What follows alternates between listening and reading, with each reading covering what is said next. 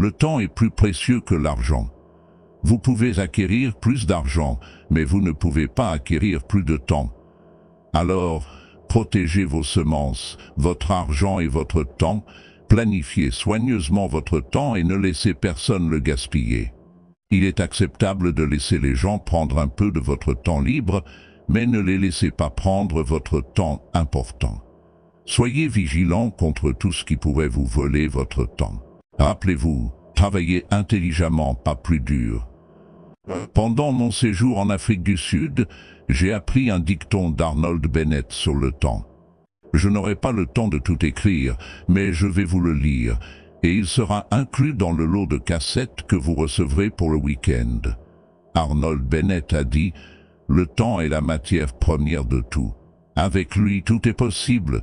Sans lui, tout est possible. Sans lui, rien. » L'approvisionnement en temps est un miracle quotidien, vraiment étonnant. Pensez-y. Chaque matin, vous vous réveillez avec 24 heures à dépenser. C'est à vous la chose la plus précieuse que vous ayez. Personne ne peut vous le prendre, et tout le monde reçoit la même quantité. Le temps se moque de combien d'argent vous avez ou de votre intelligence. Vous ne pouvez pas économiser de temps pour plus tard, et vous ne pouvez pas emprunter à l'avenir. Vous ne pouvez utiliser que le temps que vous avez en ce moment.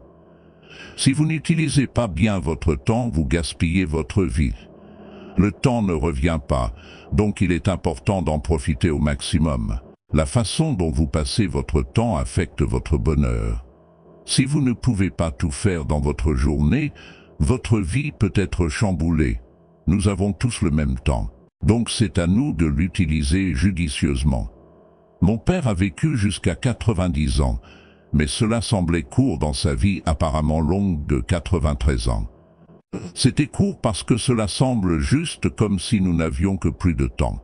L'Ancien Testament nous donne une vue de certaines personnes qui vivaient jusqu'à 5, 6, 7. Si j'avais la chance de demander, je demanderais comment se fait-il que nous ayons été floués.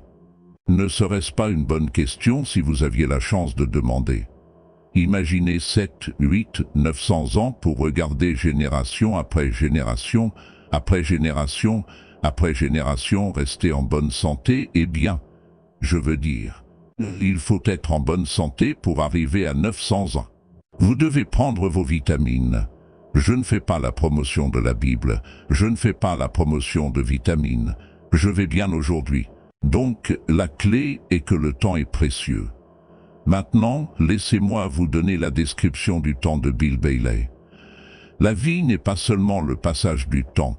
La vie est une collection d'expériences, leur fréquence et leur intensité.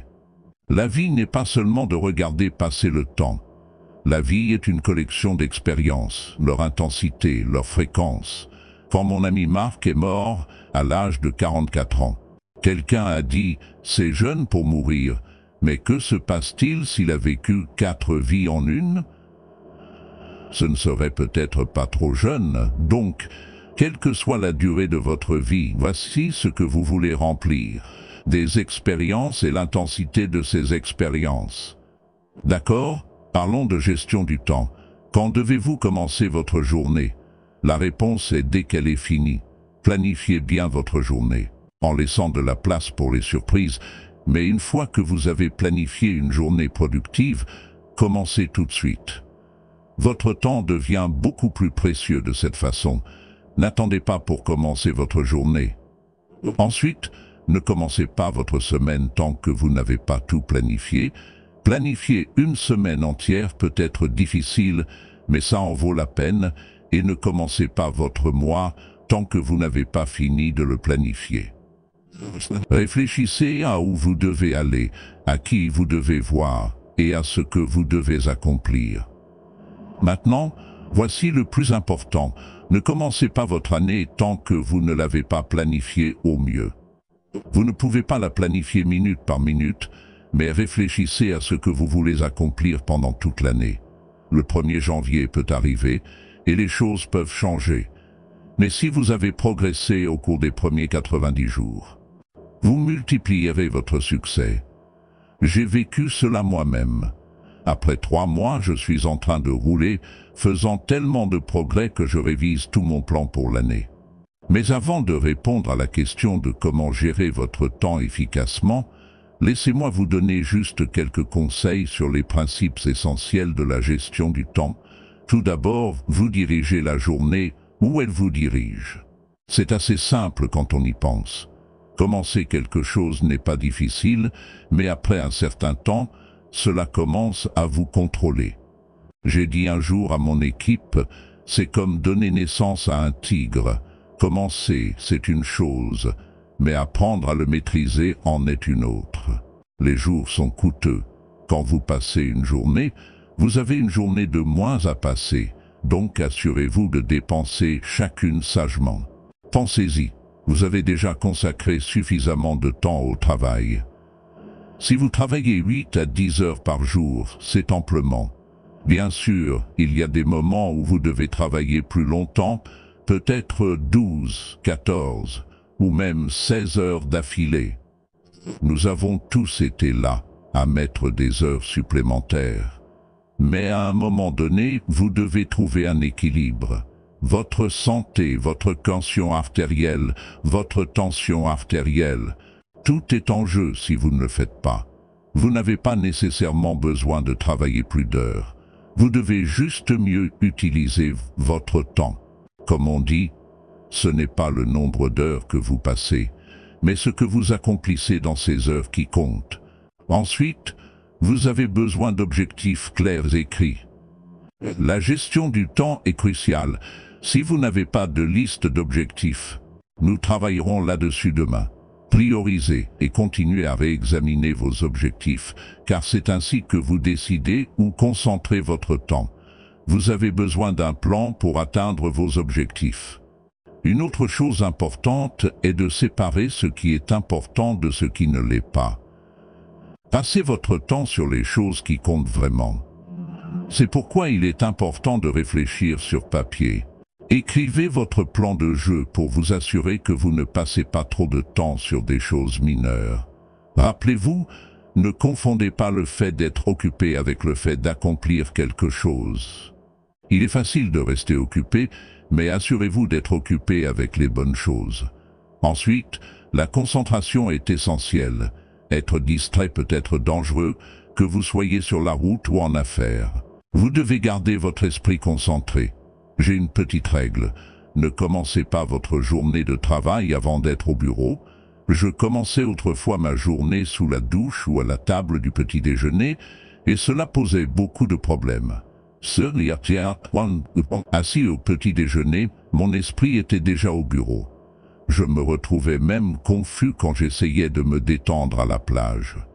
Mon esprit ne cessait de revenir au travail. C'est être confus. Nous avons parlé de cette citation lors du séminaire du soir. Où que vous soyez, soyez là. Si vous êtes à la table du petit déjeuner, soyez présent. Lorsque vous parlez avec quelqu'un, soyez pleinement engagé. Sur le chemin du travail, profitez du voyage. Regardez autour de vous, observez ce qui se passe, soyez dans l'instant présent. Ensuite, lorsque vous êtes au bureau, concentrez-vous sur vos tâches. Une autre chose essentielle dans la gestion du temps est d'apprendre à dire non.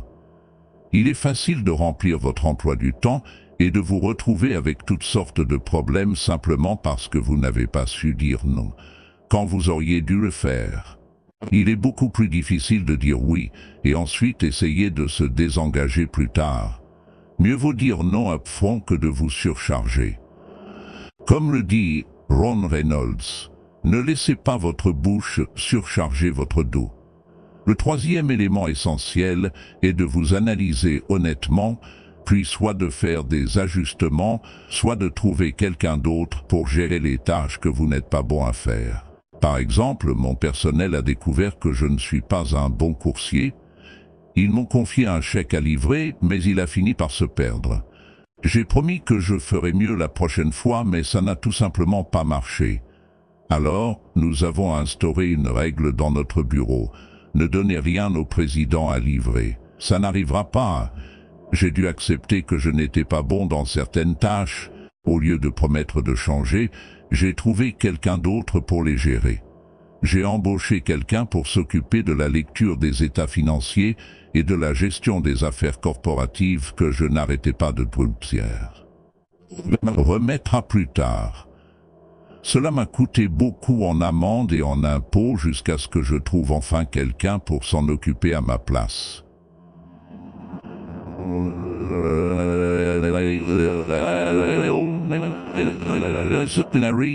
Une secrétaire juridique avec une licence immobilière a été une bouée de sauvetage.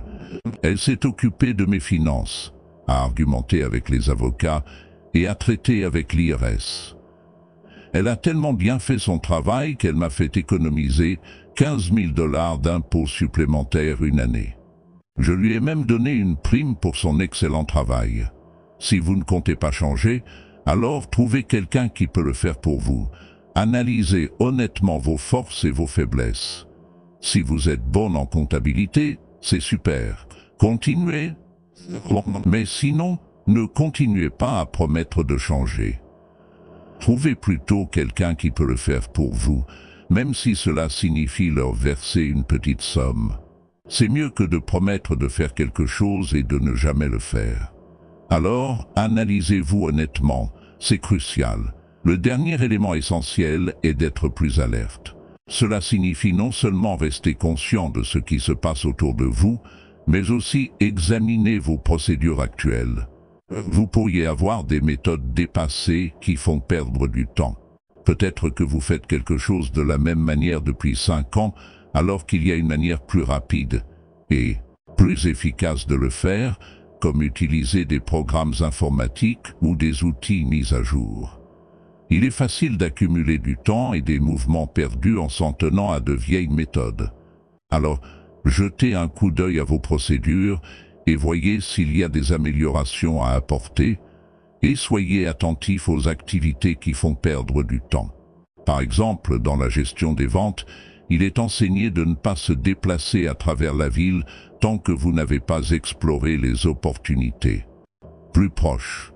Parcourir 40 miles pour un prospect pourrait ne pas valoir le temps alors qu'il y a des prospects à proximité.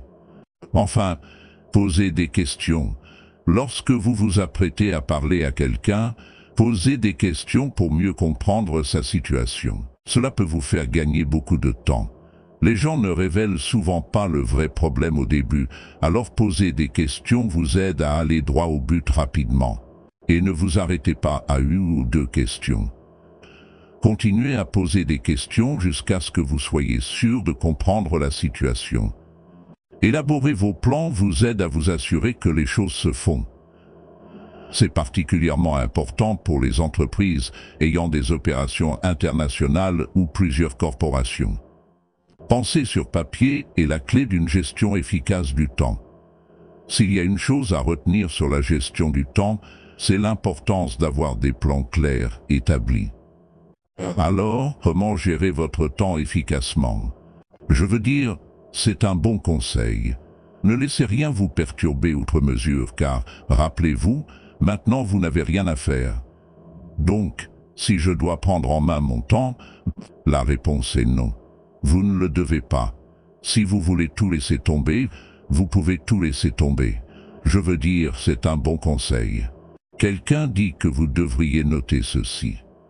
Ignorez tous les tu devrais, ou vous devriez seulement s'il donne des informations générales. Il vaut mieux dire, si vous enseignez, nous devrions plutôt que vous devriez. Alors vous me laissez écouter sans que cela soit trop confrontant. Si tout le monde faisait ça, voyez-vous, ce serait génial. Et ensuite, vous donnez à une personne la possibilité de choisir de le faire ou de ne pas le faire. Mais lorsque vous commencez par les tu, vous êtes maintenant voyez, si je ne le fais pas, maintenant nous avons une tension et peut-être des problèmes. Vous semblez toujours créer des problèmes lorsque vous parlez à vos enfants. Vous dites, si les enfants faisaient ceci, ne disant pas toujours, si vous faisiez ceci, la vie serait meilleure, mais si les enfants faisaient ceci, la vie serait meilleure. C'est comme faire une petite conversation et les laisser écouter, puis c'est un peu moins confrontant. Cela nous donne un choix.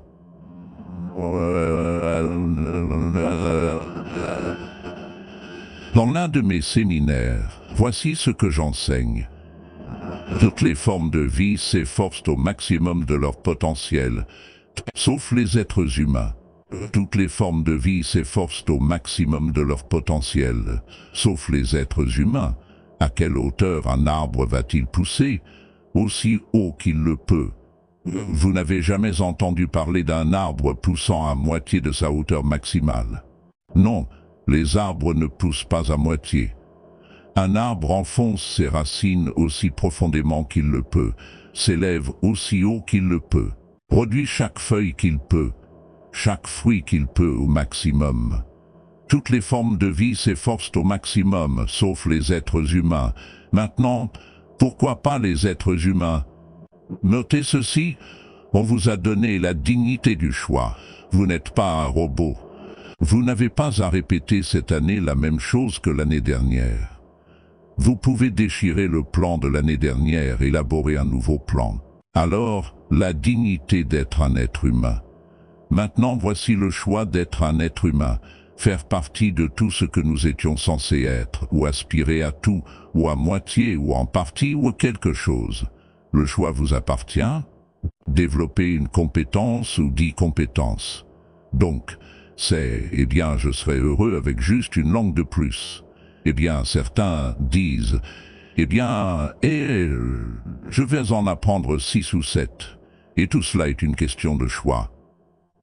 Et tout cela est une question de choix. Et quand quelqu'un dit, non, tu devrais en apprendre 4, tu dois résister à tout ça parce que c'est une question de dignité personnelle. Et tu ne veux pas détruire la dignité de quelqu'un en faisant tous les uns. Et ils se sentent réticents à le faire. Maintenant, nous avons des problèmes. Donc, si vous voulez simplement ignorer ce sujet sur la gestion du temps. Deuxièmement, passez à quelque chose de plus facile. Le gars est dans la vente et il dit « Oh, je veux posséder l'entreprise ». Finalement, il possède l'entreprise. Maintenant, il n'a plus le temps de jouer au golf. Il a dit « Quand j'étais dans la vente, je gagnais beaucoup d'argent en jouant au golf 3 jours par semaine. Tant pis pour cette histoire de possession, tant pis pour la gestion. Ma vie n'était plus la mienne après avoir commencé à gérer. Je retourne à la vente. Vous voyez, c'est la clé. Si vous êtes trop pressé, vous pourriez envisager de passer à quelque chose avec un peu moins de pression temporelle. Une petite fille dit à sa mère, « Papa rentre à la maison, apporte sa serviette et me tape sur la tête en disant « Bonjour », disparaît et travaille sur ses papiers. Pourquoi mon papa ne joue pas avec moi? Et sa mère a dit « Regarde, regarde, ton papa t'aime beaucoup mais il est tellement occupé au travail qu'il ne peut pas tout faire. Il doit ramener du travail à la maison. Il t'aime, mais c'est pourquoi il ne peut pas jouer avec toi. » Et la petite fille a dit « Pourquoi ne le met-il pas simplement dans un groupe plus lent? Si vous n'avez pas le temps pour vos enfants, vous pourriez envisager de rejoindre un groupe plus lent. Vous vous souvenez quand j'ai dit « Certains choix que j'ai faits m'ont coûté trop cher. » Alors, reconsidérez. J'ai presque perdu ma santé la première année. Je suis devenu tellement fou de développement personnel et de réalisation. Je suis juste devenu fou. Vous savez, je vous ai dit que j'étais maigre, mais à la fin de cette première année, j'étais une ombre vivante. Et puis, il m'est soudainement apparu à l'esprit, et si je devenais riche et trop malade pour en profiter, je veux dire, c'était un choc. Alors j'ai commencé à développer un peu plus raisonnablement parce que je me suis dit, si 12 heures ne suffisent pas, je travaillerai 14 heures. Peu importe le nombre d'heures nécessaires. Et bien sûr, cela m'a coûté trop cher. Alors voyez-vous, travailler plus longtemps et plus dur, pour certains, pourrait être approprié, vous savez, si vous vous ennuyez et ne faites pas grand-chose, c'est peut-être bien. Travailler plus longtemps et plus dur. Mais vous ne pouvez travailler que si dur. Voici la clé. Ne pas travailler plus dur, mais plus intelligemment. Quand vous avez travaillé aussi dur que possible, en faisant de votre mieux en termes de rendement physique, dans un délai raisonnable, l'apogée de la gestion du temps, c'est tout simplement que vous devenez plus compétent. Quand je suis entré dans la vente, vous savez, j'étais avec des gens qui pouvaient obtenir, vous savez, 9 sur 10, 8 sur 10. Et quand j'ai commencé, je ne pouvais en obtenir qu'un sur 10. Mais voici ce que j'ai fait. J'ai travaillé autour de l'horloge pour que je compense en nombre ce qui me manquait en compétences. C'est bon en vente, vous devez noter ça. Quand vous êtes nouveau, vous compensez en nombre ce qui vous manque en compétences. Maintenant, lorsque vous devenez plus compétent, les chiffres peuvent baisser parce que maintenant votre capacité de persuasion et tout ça est si élevé que vous n'avez pas besoin de mettre autant de chiffres. Mais au début, si vous voulez concurrencer ou si vous voulez vraiment devenir bon, vous devez mettre les chiffres. Mais si vous obtenez plus de vous-même, développez plus de vous-même, maintenant la gestion du temps devient une tâche plus facile. La gestion du temps la plus importante, c'est quand vous travaillez. Travaillez. Quand vous jouez, jouez. Ne mélangez pas les deux, ne travaillez pas en jouant. Je prenais ma famille à la plage et j'apportais ma serviette. J'ai appris à ne pas le faire à la plage. Je disais que je devrais être au bureau. Je devrais être au bureau. Maintenant, ma famille est contrariée parce que je suis à la plage et je pense bureau, bureau, bureau. Maintenant, quand je suis au bureau, je pense comment amener ma famille à la plage, la plage, la plage. Donc, les choses ne se passent pas trop bien au bureau parce que je pense plage. Et les choses ne se passent pas trop bien à la plage parce que je pense bureau. Voici ce que j'ai appris à faire. À la plage, soyez à la plage. Au bureau, soyez au bureau. Quand vous travaillez, travaillez. Quand vous jouez, jouez. Ne mélangez pas les deux. Ne travaillez pas en jouant et ne jouez pas au travail. Le travail est trop sérieux. Vous ne voulez pas avoir la réputation d'être le plaisantin du bureau. Ce n'est pas une bonne réputation. Oui, il y a du temps pour quelques histoires plaisantes. Oui, il y a du temps pour un peu d'humour. Oui, c'est mieux si c'est un bureau joyeux, bien sûr. Mais je vous le dis, vous devez être sérieux au travail parce que vous vous séparez d'une partie de votre vie pour le travail que vous faites. Votre travail vous coûte une partie de votre vie. Voici ce que ça s'appelle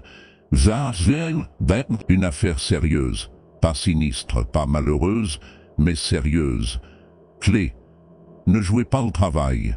La seule personne que je ne pense plus que nous utilisions, faire des bêtises au bureau, jouer, faire des blagues, jouer des tours, aucune place, pas sur le lieu de travail.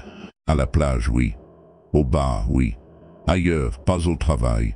Vous devez traiter le travail avec toute la passion conservatrice qui convient, car il vous mène vers votre avenir. Tout travail est bon.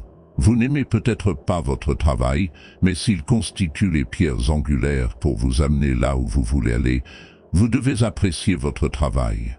Vous n'avez pas à avoir de passion pour votre travail. Voici la passion ultime, une passion pour un succès incroyable dans tous les domaines de ma vie.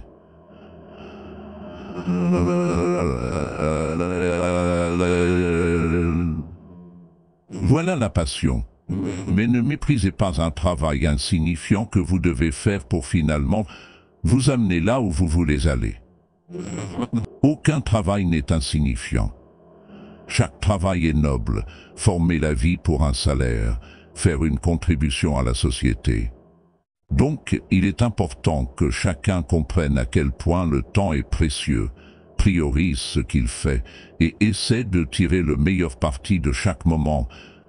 De cette manière, nous pouvons vivre une vie plus significative et épanouissante, atteindre notre plein potentiel et laisser un impact positif pour l'avenir. En conclusion, une gestion efficace du temps est essentielle pour réussir tant dans la vie personnelle que professionnelle.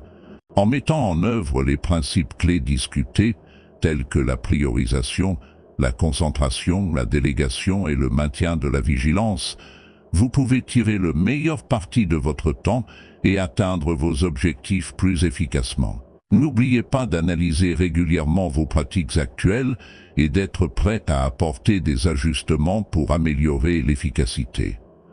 Poser des questions, faire des plans et noter les choses peuvent tous vous aider à rester organisé et à gagner du temps. Gérer votre temps ne consiste pas seulement à faire plus, c'est aussi à se sentir moins stressé et à avoir un meilleur équilibre dans la vie. Alors, prenez le contrôle de votre temps, soyez proactif et observez comment les choses commencent à se mettre en place pour vous. Mesdames et messieurs, bienvenue à ce moment incroyable de votre vie. Aujourd'hui, je veux vous parler de la transformation de votre mentalité pour une année réussie à venir. L'esprit humain est un outil puissant, et il est en notre pouvoir de le façonner en une force qui nous propulse vers la grandeur. Permettez-moi de vous dire quelque chose de profond. Vos circonstances actuelles ne déterminent pas où vous pouvez aller, elles déterminent simplement où vous commencez. La toile de votre vie attend que vous peigniez votre chef-d'œuvre, et tout commence par votre mentalité. Feu Earl Nightingale a dit « Nous devenons ce à quoi nous pensons. Cette vérité détient les clés du royaume du succès. Il ne s'agit pas seulement de ce que nous faisons, mais plutôt de qui nous devenons dans le processus. Nos pensées façonnent nos actions, et nos actions façonnent notre destinée. Maintenant, discutons de la manière de transformer votre mentalité pour créer la vie que vous désirez. Henry Ford a dit un jour, que vous pensiez pouvoir ou que vous pensiez ne pas pouvoir, vous avez raison. Votre croyance en vous-même est la pierre angulaire de votre succès. Ayez confiance en vos capacités et en la voie que vous avez choisie. Ensuite, comprenez la valeur de l'apprentissage continu. Engagez-vous dans le développement personnel et la croissance. Investissez dans votre esprit car c'est l'actif le plus précieux que vous possédez. Lisez des livres, assistez à des séminaires, écoutez des podcasts et entourez-vous de personnes qui vous poussent à devenir meilleur. De plus, prenez le contrôle de vos pensées. Votre esprit est comme un jardin. Tout ce que vous plantez y poussera. Éliminez la négativité et le doute de soi et plantez des graines de positivité, de gratitude et d'optimisme. Surveillez votre dialogue intérieur et lorsque la négativité s'installe, remplacez-la par des pensées encourageantes. Un autre aspect crucial est de fixer des objectifs clairs et convaincants. Les objectifs vous donnent une feuille de route vers le succès. Ils fournissent une direction et un but. Définissez vos objectifs, à la fois à court terme et à long terme, et décomposez-les en étapes réalisables. Visualisez votre succès et laissez cette vision nourrir vos actions. La cohérence est la clé. Le succès n'est pas un phénomène du jour au lendemain. C'est le résultat d'actions cohérentes et disciplinées au fil du temps. Embrassez la routine quotidienne et restez engagés envers vos objectifs. Même en cas de difficulté. Rappelez-vous, chaque petit pas compte vers votre succès ultime. De plus, adoptez une mentalité de résilience. Les défis et les revers sont inévitables sur la voie du succès. Ce qui compte vraiment, c'est la façon dont vous y réagissez. Voyez les revers comme des occasions de croissance et d'apprentissage. Utilisez-les pour alimenter votre détermination et votre résilience. De plus, entourez-vous de positivité.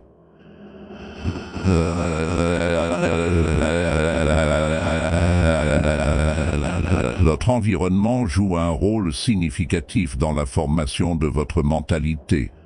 Entourez-vous de personnes qui vous élèvent et vous inspirent. Éloignez-vous de la négativité et des influences toxiques qui entravent votre croissance.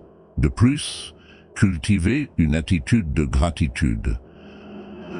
La gratitude ouvre les portes de l'abondance. Appréciez ce que vous avez tout en aspirant à ce que vous désirez. Un cœur reconnaissant attire davantage de raisons d'être reconnaissant.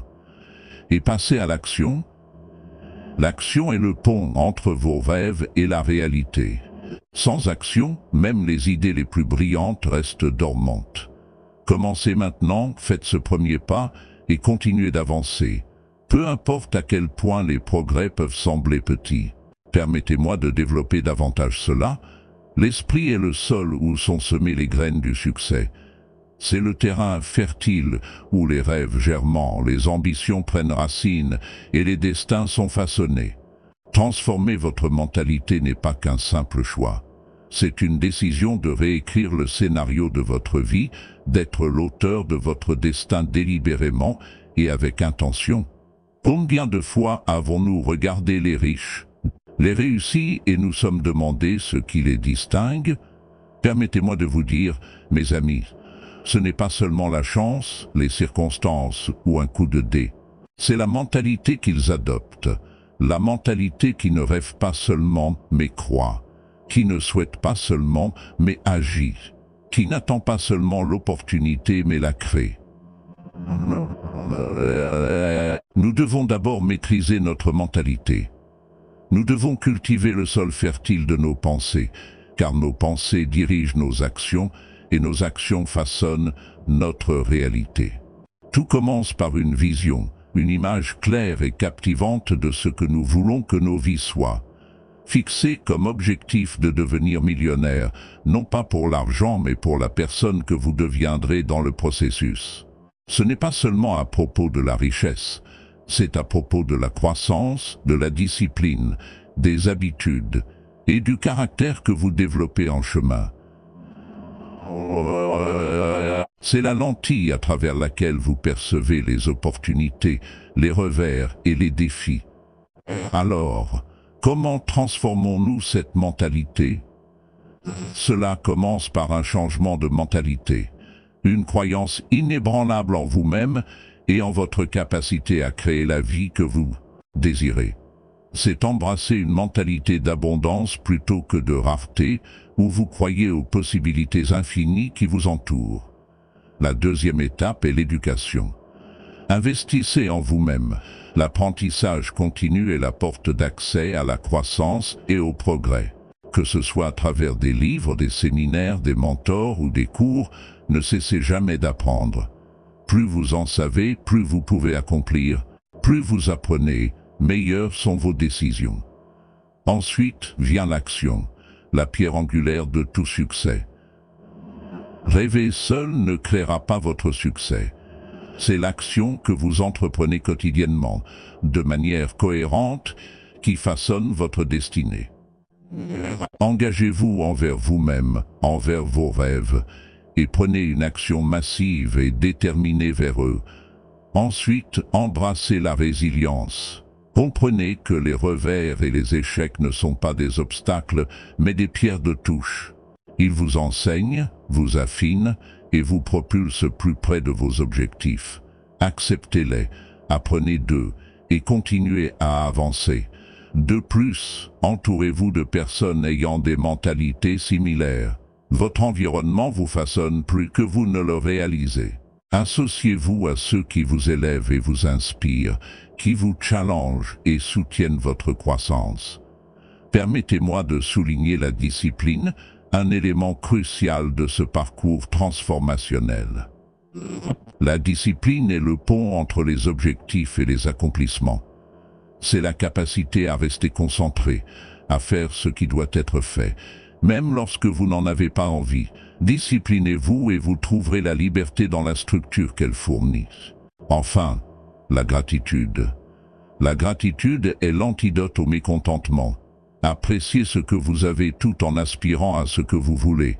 C'est le carburant qui alimente votre voyage, vous rappelant le progrès réalisé et les bénédictions reçues. Maintenant, imaginez cette mentalité, ce cocktail puissant de croyances, d'éducation, d'action, de résilience, d'environnement, de discipline et de gratitude, tissé dans la trame de votre être. Imaginez vous réveiller chaque jour avec un but, avec clarté, avec la conviction inébranlable que vous êtes l'architecte de votre destin. Et en marchant sur ce chemin, alignant votre mentalité avec vos aspirations, l'indépendance financière et la liberté ne deviennent pas seulement des rêves lointains, mais des réalités tangibles. Vous attirez le succès, vous créez des opportunités, vous bâtissez la richesse, non seulement pour elle-même, mais pour la vie qu'elle vous permet de vivre, pour l'impact que vous pouvez avoir, pour la liberté qu'elle offre. Rappelez-vous, mes amis, la seule limite à votre succès est celle que vous vous fixez dans votre propre esprit. Transformez votre mentalité et vous transformez votre monde. Peignez-la audacieusement avec des couleurs de détermination, de courage et de croyance inébranlable. À croire férocement et à prendre les rênes de votre destin, transformez votre mentalité et observez comment l'univers conspire pour dévoiler une année d'abondance, de croissance et de succès sans pareil. Le décor est planté, le choix est vôtre. Faisons de cette année un témoignage du pouvoir d'un esprit transformé. Merci. Mesdames et messieurs, je me tiens devant vous aujourd'hui pour partager quelques-unes des leçons les plus précieuses que j'ai apprises sur la psychologie de l'argent. L'argent, mes amis, n'est pas seulement un moyen de transiger des biens et des services. C'est une force puissante qui façonne nos vies, nos choix et nos destinées. Leçon numéro 1. L'argent est un amplificateur. Il a la capacité d'amplifier à la fois le meilleur et le pire en nous. Si vous êtes une personne généreuse, l'argent amplifiera votre générosité et vous permettra de faire un impact positif encore plus grand sur le monde. En revanche, si vous êtes une personne égoïste et cupide, l'argent ne fera qu'approfondir ces traits négatifs en vous. Par conséquent, il est crucial que nous développions une relation saine avec l'argent. Nous devons nous efforcer de l'utiliser comme une force pour le bien, comme un outil pour créer une vie meilleure pour nous-mêmes et pour ceux qui nous entourent. Ne tombons pas dans le piège de croire que l'argent nous apportera le bonheur en soi.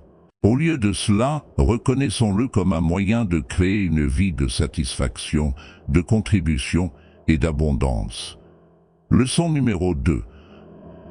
L'argent suit la valeur. La valeur. Nous voyons l'attrait de la richesse et du succès tout autour de nous, et nous pouvons être tentés de courir après l'argent comme un objectif final. Mais n'oublions pas que l'argent n'est qu'un reflet de la valeur que nous apportons dans la vie des autres. Si vous voulez gagner plus d'argent, vous devez être prêt à fournir plus de valeur au monde. Efforcez-vous de faire une différence positive dans la vie des autres. Concentrez-vous sur la résolution de problèmes réels, la satisfaction de besoins authentiques et le service aux autres avec excellence. En le faisant, l'argent affluera naturellement dans votre vie comme un sous-produit de votre contribution. Leçon numéro 3. L'argent est un outil, pas un maître. Beaucoup d'entre nous ont été conditionnés à croire que notre valeur en tant qu'individu est liée à la quantité d'argent que nous possédons. Mais n'oublions pas que l'argent n'est rien de plus qu'un outil, un moyen pour atteindre un but. Ne faites pas l'erreur de laisser l'argent devenir le maître de votre vie. Au lieu de cela, devenez le maître de l'argent. Utilisez-le intelligemment, avec un objectif et éthiquement pour créer la vie que vous désirez. Ne laissez pas la poursuite de l'argent vous consumer ou vous aveugler sur la beauté et la richesse de la vie qui existe à Bordoma. Leçon numéro 4. La richesse est une mentalité. La véritable richesse ne se mesure pas uniquement en termes monétaires, mais aussi en fonction de la qualité de nos pensées, de nos relations et de nos expériences. C'est une mentalité qui transcende l'abondance financière pure et englobe une approche holistique de la vie. La richesse consiste à vivre avec un but, une passion et un accomplissement dans tous les domaines de notre existence. Par conséquent, osons redéfinir notre compréhension de la richesse. Reconnaissons que la véritable prospérité vient de l'intérieur et se manifeste dans tous les aspects de nos vies. Cultivez une mentalité de richesse en nourrissant votre esprit, votre corps et votre âme, en vous entourant d'influences positives, en fixant des objectifs significatifs et en poursuivant la croissance personnelle avec un engagement indéfectible. Leçon numéro 5. L'argent est un reflet de l'estime de soi. L'argent, dans sa forme la plus simple, est le reflet de la valeur que nous nous accordons. Si nous ne croyons pas que nous méritons la richesse et l'abondance, elle nous échappera. En revanche, si nous cultivons un profond sentiment de valeur personnelle, l'argent affluera dans nos vies sans effort.